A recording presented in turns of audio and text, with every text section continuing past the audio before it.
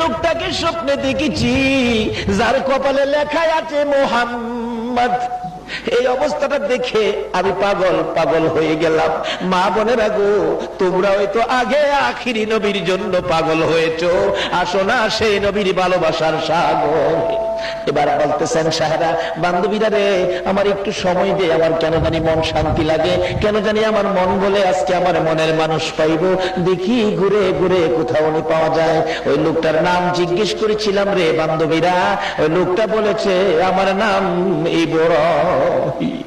সাহেরা ঘুরতেছেন, একটার পর একটা কাতার পাস করে যাচ্ছেন।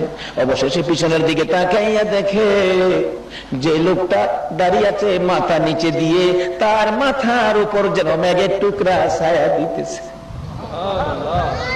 সাহারা বলেন একটা দৌড় দিয়ে ওই লোকটার কাছে যাইয়া ডাক দিলাম, তুমি কে গো এইভাবে দাঁড়িয়ে আছো? মাথা উঁচু করার পর কপালের দিকে চাইয়া দেখি রে আমার মনের মানুষ পাইছি। বান্ধবীরা, ও বান্ধবীরা, তোরা কে কোথায় আছোস? আয়, আমার মনের মানুষ পাইছি। সকল বান্ধবীরা জড়ো হয়ে গেছে।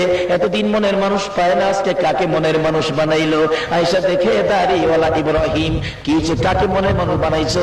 বান্ধবীরা রে, কপালের দিকে ছায়া দেখ রে, কি দেখা যায়?